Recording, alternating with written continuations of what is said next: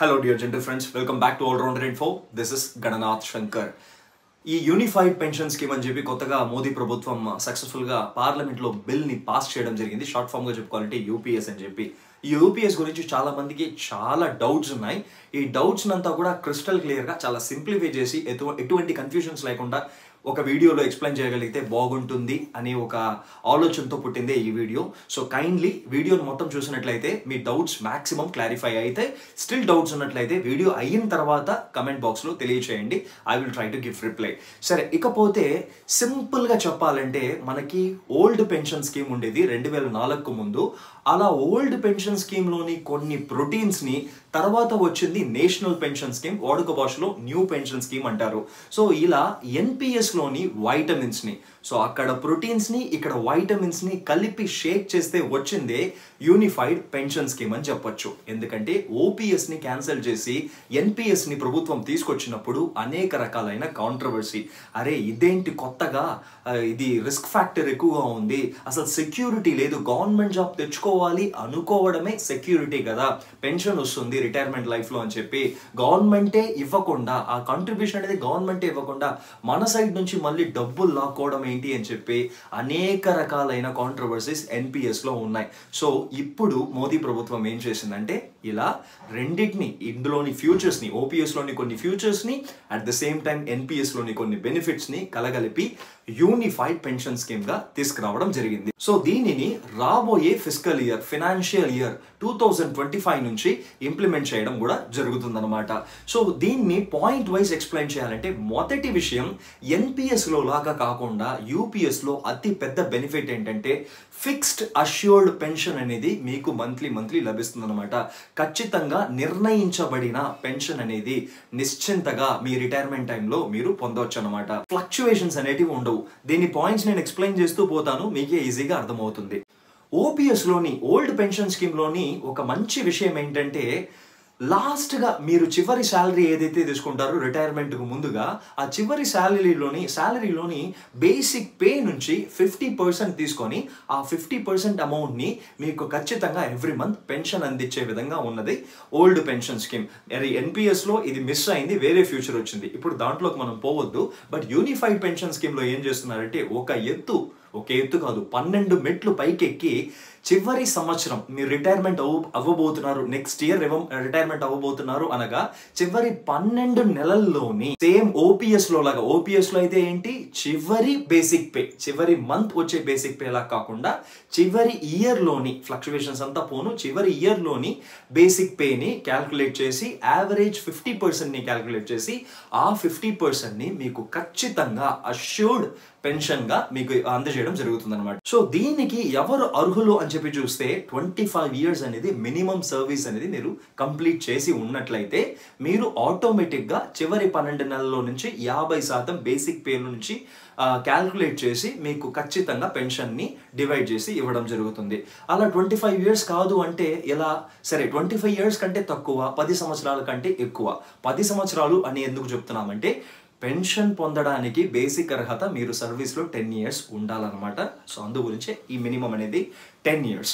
So 10 years నుంచి 25 years లోపల ఉన్న వాళ్ళకి దానికి తగ్గట్టుగా ఆ పర్సంటేజ్ని క్యాల్కులేట్ చేసి సో వాళ్ళకి కూడా నిరంతరంగా పెన్షన్ని ఇవ్వడం జరుగుతుంది. ఈ యూనిఫైడ్ పెన్షన్ స్కీమ్లో మనం డిస్కస్ చేయాల్సిన అతి ముఖ్యమైన పాయింట్స్ 5 ఉన్నాయండి. 5 పిల్లర్స్ అని కూడా చెప్తున్నారు దీన్ని. సో మొదటిది ఆల్రెడీ చెప్పాము, అష్యూర్డ్ పెన్షన్ అని చెప్పి. ఇంకొకటి అష్యూర్డ్ ఫ్యామిలీ పెన్షన్. ఒకవేళ ఎంప్లాయ్ ఎవరైతే ఉంటారో అతను చనిపోతే కనుక ఈ అష్యూర్డ్ ఫ్యామిలీ పెన్షన్లో భాగంగా ఎంప్లాయ్ యొక్క బేసిక్ పే నుంచి 60%ని క్యాల్కులేట్ చేసి ఆ 60% అమౌంట్ ఏదైతే ఉందో దానిని పెన్షన్ రూపంలో మీ యొక్క కుటుంబ సభ్యులు, నామినీ ఎవరైతే ఉంటారో, స్పౌజ్ అయితే స్పౌజ్, చిల్డ్రన్ అయితే చిల్డ్రన్, నామినీని ఎవరైతే పెన్షన్ పెట్టుంటారో ఆ నామినీకి, కుటుంబ సభ్యులకి సో ఈ పెన్షన్ అనేది అందజేయడం జరుగుతుంది. నెక్స్ట్ పాయింట్, చాలా ఇంపార్టెంట్ అయిన పాయింట్ ఏంటంటే అష్యూర్డ్ మినిమం పెన్షన్ అంటున్నాం. మినిమం ఖచ్చితంగా ఇంత శాతం ఇంత డబ్బులు పెన్షన్గా వస్తాయనేది. అది ఏ విధంగా నిర్ణయిస్తారంటే సూపర్ యాన్యువేషన్ అని ఒక పాయింట్ అని చెప్తున్నారంటే. సూపర్ యాన్యువేషన్ అంటే ఏం లేదు, ఎన్పిఎస్ లో ఏంటంటే ఎంప్లాయీ కాంట్రిబ్యూషన్ ఉంటుంది, ఎంప్లాయర్ గవర్నమెంట్ యొక్క కాంట్రిబ్యూషన్ కూడా ఉంటుంది.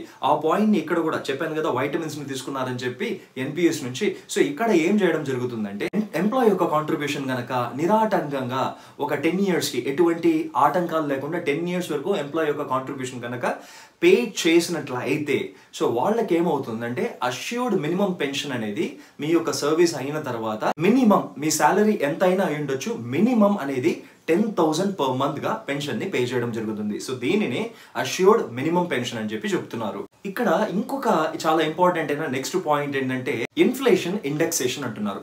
ఇన్ఫ్లేషన్ అంటే ద్రవ్యోల్బణం మనకు తెలిసిందే. స్టాండర్డ్ ఆఫ్ లివింగ్ అనేది కాస్ట్ ఆఫ్ లివింగ్ వల్ల డైరెక్ట్ గా ప్రొపోర్షనేట్ అని చెప్తారనమాట. కాస్ట్ ఆఫ్ లివింగ్ అనేది ఆ జనరేషన్ కి తగ్గట్టుగా ఆ టైం పీరియడ్ కి తగ్గట్టుగా మారిపోతూనే ఉంటుంది. డిమాండ్ సప్లై వాటి అదొక పెద్ద ప్రాసెస్ అనుకోండి. సింపుల్ గా చెప్పాలంటే కాస్ట్ ఆఫ్ లివింగ్ అనేది ఎప్పుడు చేంజ్ అయిపోతూ ఉంటుంది. సో ఈ కాస్ట్ ఆఫ్ లివింగ్ ని మ్యాచ్ అయ్యే విధంగా నేను మీకు ఆల్రెడీ చెప్పిన 3 పాయింట్స్, అష్యూర్డ్ పెన్షన్ కానివ్వండి, అష్యూర్డ్ ఫ్యామిలీ పెన్షన్ కానివ్వండి, లేకపోతే అష్యూర్డ్ మినిమం పెన్షన్ ని కానివ్వండి, మీరు రిటైర్డ్ అయ్యే టైంలో కాస్ట్ ఆఫ్ లివింగ్ ఏ విధంగా ఉంటుందో దానికి మ్యాచ్ అయ్యే విధంగా పై చెప్పిన 3 విషయాల్ని కూడా మీకు అందజేయడం జరుగుతుంది. సో ఇప్పుడు ఇంకొంచెం ఎక్కువ నిశ్చింతగా ఉండొచ్చు అన్నమాట. సో ఎవరైతే పెన్షన్ స్కీమ్లో ఉన్నారో ఆబ్వియస్లీ గవర్నమెంట్ ఎంప్లాయీస్ ఉంటారు, ప్రైవేట్ ఎంప్లాయీస్ కూడా జాయిన్ అవ్వచ్చు. అయినట్లయితే చాలా నిశ్చింతగా మీ రిటైర్మెంట్ గురించి అస్సలు బాధపడాల్సిన అవసరం లేనట్లుగా ఈ ఒక పాయింట్ని తీసుకురావడం జరిగింది. బట్ ఇక్కడ ఒక చిన్న విషయం ఏంటంటే ఆంధ్రప్రదేశ్ ప్రభుత్వం ఒక విషయాన్ని పరిశీలనలో తెచ్చింది ఈరోజు. అదేనండి, గ్యారంటీడ్ పెన్షన్ స్కీమ్ అనే ఒక విషయాన్ని పరిశీలనలో పెట్టారు. సో ఆ గ్యారంటీడ్ పెన్షన్ స్కీమ్ అనేది యూపీఎస్ కి డిఫరెంట్ అనమాట.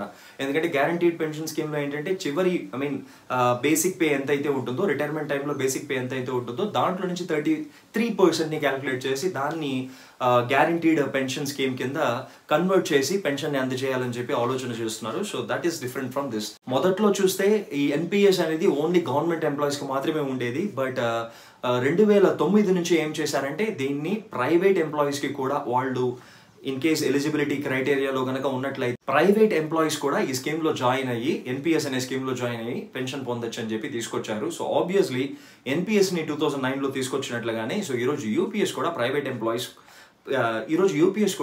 ఎంప్లాయీస్ కి అందుబాటులో పెట్టారు. సో ప్రైవేట్ ఎంప్లాయీస్ కూడా ఈ స్కీమ్ లో జాయిన్ అయ్యి నిశ్చింతగా వాళ్ళ యొక్క రిటైర్మెంట్ ప్లాన్ ని ఎంజాయ్ చేయొచ్చు అనమాట. ఇవన్నీ కాకుండా గ్రాట్యుటీ కూడా దీంట్లో చాలా ఎక్కువగానే పే చేస్తున్నారు. 1/10 of monthly basic plus DA ఈ రెండింటిని క్యాల్కులేట్ చేసి ఎవ్రీ 6 months కి ఒకసారి సర్వీస్ కంప్లీట్ అయినా ఎవ్రీ 6 months కి ఒకసారి ఈ 1/10 ఆఫ్ బేసిక్ పే మరియు డిఏ నుంచి క్యాల్కులేట్ చేసి దాన్ని కూడా లంసమ్ గా గ్రాట్యుటీలో యాడ్ చేయడం జరుగుతుంది. సో ఇది కూడా one of the new futures in unified pension scheme అనమాట. సో ఇకపోతే ఇంకేమైనా డౌట్స్ మీకు ఉన్నట్లయితే ఖచ్చితంగా కమెంట్ చేయండి. So I will try to give clarity in the future video. ఒకవేళ డౌట్ కి సింపుల్ ఎక్స్ప్లెనేషన్ ఉన్నట్లయితే డైరెక్ట్ గా రిప్లైలను ఇస్తాను. బట్ ఇన్ డీటెయిల్ గా చెప్పాల్సి వస్తే మాత్రం I will make another video. I'll catch you up in another interesting and informative content. Till then, this is Gananath Shankar. Stay subscribed, stay healthy.